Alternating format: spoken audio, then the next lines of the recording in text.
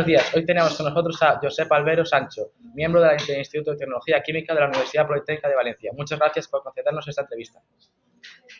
Muchas gracias. Usted trabaja en el Instituto de Tecnología Química de la Universidad Politécnica de Valencia. ¿Qué proyectos relacionados con el hidrógeno y las energías renovables llevan a cabo allí y cuál es su papel en ellos? Pues mirad, principalmente en el ITQ, las líneas de investigación que se están desarrollando son principalmente en la elaboración de materiales catalíticos que sean capaces de transformar la luz solar tanto directamente como a través de renovables como la fotovoltaica o la eólica, pero también, como he dicho, directamente materiales que absorben la luz solar y que transforman esa energía en energía química. Y entonces lo que hacemos es romper catalíticamente la molécula del agua en moléculas de hidrógeno y oxígeno. Entonces, principalmente nuestras líneas se basan en eso, en desarrollar materiales para que tenga lugar esa reacción química, la ruptura del agua para generar hidrógeno y oxígeno. Vale. ¿Qué cree que es lo que diferencia el hidrógeno de otros combustibles y cuáles son sus principales ventajas como fuente de energía? Pues, bueno, si atendemos a las actuales fuentes de energía, los actuales combustibles, estos, al realizarse la reacción de combustión, emiten CO2, que es un gas de efecto invernadero y que, pues como estamos pudiendo ver, pues está causando un problema serio medioambiental. Pero también es un problema económico. Estos combustibles, pues, no son renovables y están asociados a un alto coste, como estamos pudiendo ver en nuestros días. Entonces, el uso del hidrógeno, lo que se propone es usar fuentes de energía que son renovables, como es la solar en mi caso, y usar un recurso que es altamente disponible, como es el agua. Se puede coger agua de marina, agua del mar, es un recurso casi inagotable, y a partir de ahí, pues mediante reacciones químicas, obtener este hidrógeno. Este hidrógeno que al realizarse la reacción de combustión, al combinarse con oxígeno, vuelve a darnos agua, con lo cual es un ciclo cerrado, no emitimos nada a la atmósfera, volvemos a tener el mismo producto de partida que era el agua, rompemos el agua para obtener hidrógeno y luego combinamos hidrógeno y oxígeno para tener agua. Es un ciclo cerrado, no emitimos nada, es limpio y es totalmente renovable. Sí se produce a partir de otras fuentes de energía renovable, como ya os he comentado.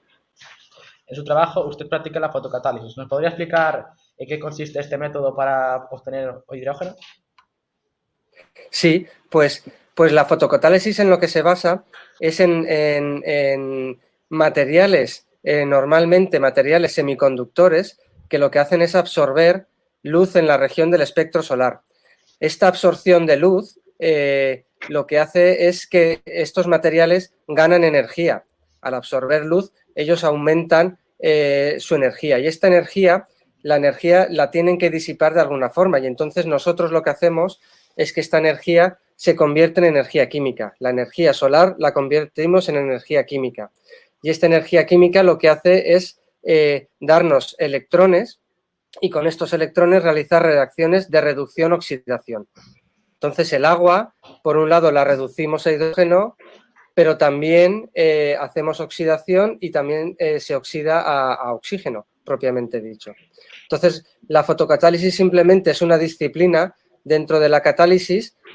La catálisis tradicional usa temperatura y presión, se usan altas temperaturas y altas presiones para llevar a cabo reacciones químicas, y esa temperatura y esa presión tiene un requerimiento energético. Necesitamos hornos para calentar, hornos eléctricos o de gas natural, y necesitamos bombas para aumentar mucho la presión. Esa es la catálisis tradicional.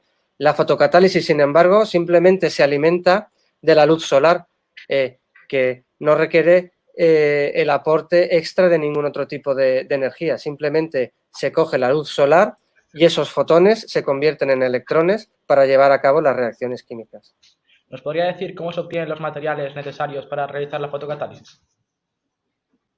Pues hay una gran variedad de materiales hoy en día para realizar la fotocatálisis. Nosotros estamos especializados en la elaboración de grafenos, materiales derivados del grafeno o grafeno con defectos. Y nosotros en nuestro grupo lo que hacemos es coger residuos de la biomasa y mediante un proceso pirolítico transformarlos en materiales grafénicos derivados del grafeno, pero que no es el grafeno convencional que se conoce para la microelectrónica. Son grafenos que tienen muchos defectos y estos son los que hacen de catalizador, hacen posible transformar el agua en hidrógeno y oxígeno. Vemos que en este método se separa el hidrógeno del oxígeno, pero ¿cómo lo hace exactamente para que sea eficiente a nivel energético? Pues claro, el punto clave para que sea eficiente energéticamente es que no se le aporta ningún tipo de energía auxiliar, sino que es directamente a través de la luz solar. La luz solar es una fuente inagotable, sostenible de energía que entonces no nos cuesta dinero. Simplemente, y de la misma forma que podemos colocar placas solares en el tejado de nuestras casas, esa radiación solar es gratuita, lo que tiene un coste es la instalación. En el caso de la fotocatálisis, esa instalación tendría un coste parecido al de la fotovoltaica, solo que en vez de producir electricidad, lo que estamos produciendo es hidrógeno a partir de agua, que también de momento pues es un bien de bajo coste. Los fondos Next Generation de la Unión Europea pues están financiando y fomentando el empleo de energías alternativas como el hidrógeno. ¿Cómo valora usted esta financiación para proyectos de energía sostenible y qué dificultades está encontrando para conseguirla? Pues esta financiación es clave, es ahora el momento y el sitio. Estamos en un momento en el que tenemos un problema de energía, necesitamos energía para abastecernos, nuestra sociedad se basa en la energía. Cualquier cosa, ese micrófono que tú tienes, la luz de arriba, todo funciona con energía. Nuestra sociedad funciona con energía y la necesitamos. Y la forma principal de la que lo estamos obteniendo hasta ahora es a partir de combustibles fósiles. Resulta que aquí en la Unión Europea hay muy pocos países que dispongan de estos combustibles fósiles. Entonces, la Unión Europea hemos empezado tarde, es verdad, pero se ha puesto las pilas y está aportando mucho dinero, está dotando de mucho dinero para hacer un cambio energético y del sistema de producción, con lo cual es súper interesante y súper necesario. A la segunda parte de tu pregunta de cómo estamos encontrando esta financiación, pues como puedes imaginar, esta financiación es limitada y entonces hay muchos grupos en España, muchísimos, que están interesados en la producción de hidrógeno y entonces es muy competitivo y estamos compitiendo con países como Alemania, Dinamarca, países del norte de Europa que tienen infraestructuras que ya anteriormente mucho más desarrolladas porque han sido mucho mejor financiadas y entonces tenemos una pequeña desventaja respecto a ellos. Pero esta financiación de la Unión Europea está siendo clave para que España y en toda la Unión Europea se estén financiando un montón de proyectos europeos. En el ITQ participamos en muchos de ellos para estudiar cómo poder producir de forma eficiente este hidrógeno. ¿Y cuál cree que sería la mejor forma de dividir estos fondos entre los países que tanto lo desean? ¿En igual o algunos más? Pues esta es una buena pregunta. Pues normalmente estos fondos, como se dividen actualmente, es por un concurso. Un concurso, me refiero a un concurso de proyectos. Todo el mundo que quiere presenta un proyecto y entonces el proyecto, dependiendo del dinero que hay, se entrega a los mejores, pues a los 3 o a los 5 mejores. Entonces, ¿cómo se puntúa este proyecto? Muchas veces pues es una combinación de ya qué equipos o qué formación, qué experiencia previa tenía el equipo de investigación y cómo de novedosa y de posible es la propuesta que se hace. En principio, la distribución de los fondos no es un problema. Lo que a nosotros nos gustaría es que hubieran más fondos repartidos entre los que más lo merecen, ¿no? Entre los que son más competitivos, en los que tienen mejores instalaciones, mejores capacidades y conocimientos para llevar a cabo esto. Antes mencionó que las ciudades del norte tienen más IDE que nosotros. ¿De qué manera hacen estas ciudades para tener más ciencia que países como España? Pues es un problema político, es un problema de financiación. Ellos invierten el 2, el 3, el 4% de su PIB en ciencia, mientras que nosotros pues invertimos mucho menos. Como tienen una tradición que no es de ahora, de la última década, sino de hace muchos años, de tener este presupuesto constante para ciencia, ellos ya tienen de base pues unas instalaciones, un conocimiento y una infraestructura pues que está más desarrollada que la nuestra, que fluctúa con la economía y aunque no fluctúe, pues está peor financiada que la de estos países del norte. Siempre se ha comentado que en España... No, pero ¿cómo lo hace exactamente para que sea eficiente a nivel energético? Pues claro, el punto clave para que sea eficiente energéticamente es que no se le aporta ningún tipo de energía auxiliar, sino que es directamente a través de la luz solar. La luz solar es una fuente inagotable, sostenible de energía que entonces no nos cuesta dinero. Simplemente, de la misma forma que podemos colocar placas solares en el tejado de nuestras casas, esa radiación solar es gratuita. Lo que tiene un coste es la instalación. En el caso de la fotocatálisis, esa instalación tendría un coste parecido al de la fotovoltaica, solo que en vez de producir electricidad, lo que estamos produciendo es hidrógeno a partir de agua, que también de momento pues es un bien de bajo coste. Suponemos que este proceso es bastante complicado. ¿Cuáles son los principales obstáculos para separar el hidrógeno del oxígeno? Pues mira, hay muchos obstáculos realmente y esa es la principal razón por la que aún no es una tecnología que esté instalada en el día a día. Para empezar, estos materiales catalíticos de los que os he hablado tienen que tener una propiedad y que tienen que absorber en todo el espectro solar. Y resulta que los más eficientes hasta ahora solo absorben en una región pequeñita, solo aprovechan el 4% de toda la luz que nos da el sol.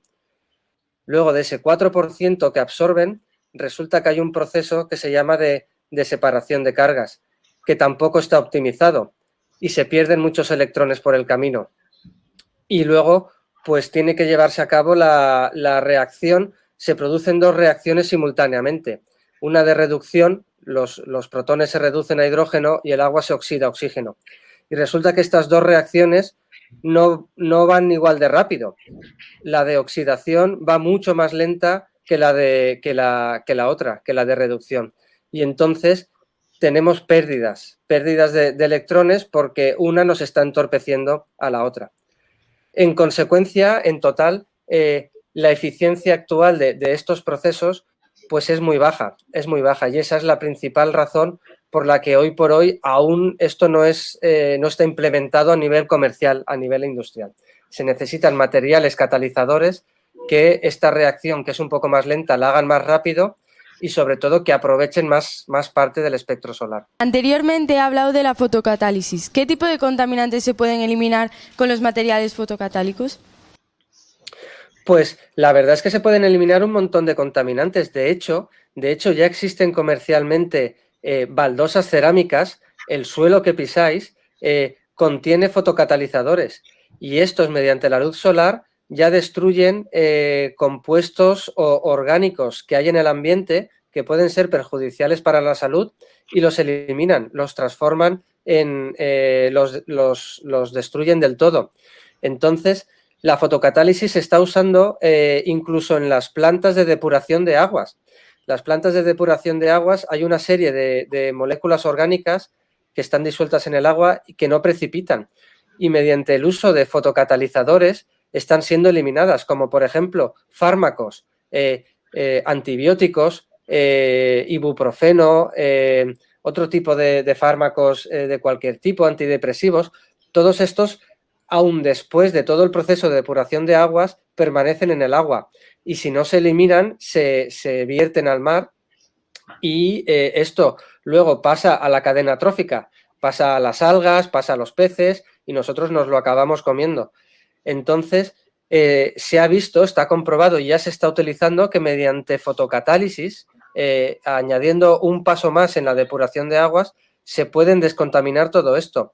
Otro problema importante es el de los colorantes. En India, donde están las mayores fábricas de ropa, se usan muchos tintes, muchos colorantes para la ropa que llevamos tenga colores.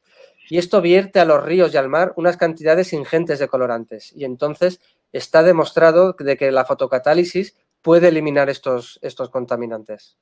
Los fotocatalizadores pueden ser la energía del futuro, pero no son poco costosos ni pequeños. ¿Dónde y cómo los pondría para aprovechar su uso?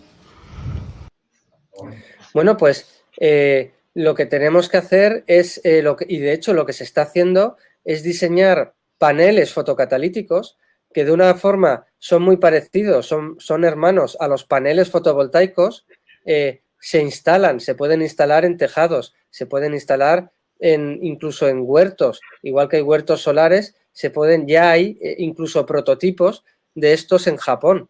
Países como Japón ya tienen extensiones 100 metros cuadrados de paneles en los que se produce hidrógeno y oxígeno a partir del agua a través de la fotocatálisis.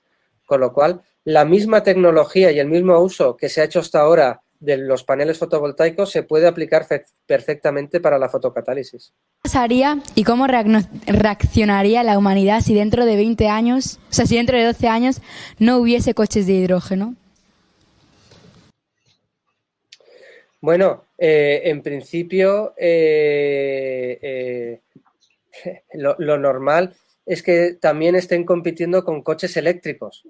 Al final el tema de la automoción es complicado y si no hay hidrógeno para mover los coches habrá electricidad o volveríamos a usar combustibles fósiles, que no es lo que queremos es usar eléctricos, usar hidrógeno, pero en la sociedad actual necesitamos transporte, no solo de coches, sino también aviones, barcos.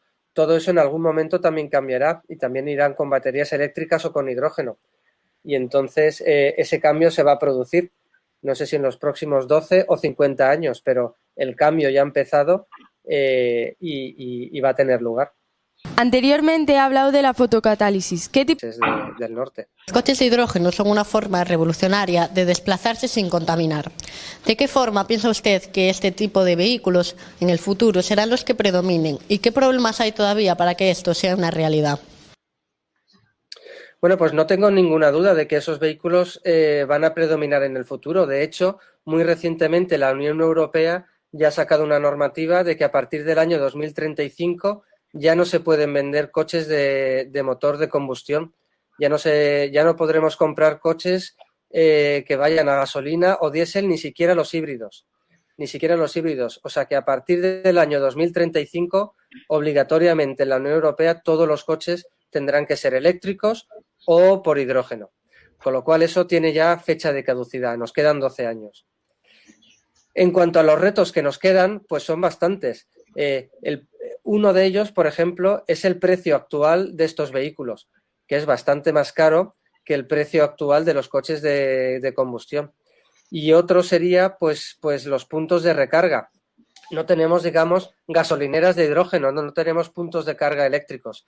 Y esto es lo que en los próximos 12 años, en España y en Europa, tienen que ponerse las pilas. Tiene que aumentar la producción de coches que vayan con hidrógeno o eléctricos para que su precio disminuya y hay que empezar a implementar puestos para repostar, donde se pueda repostar hidrógeno o con electricidad.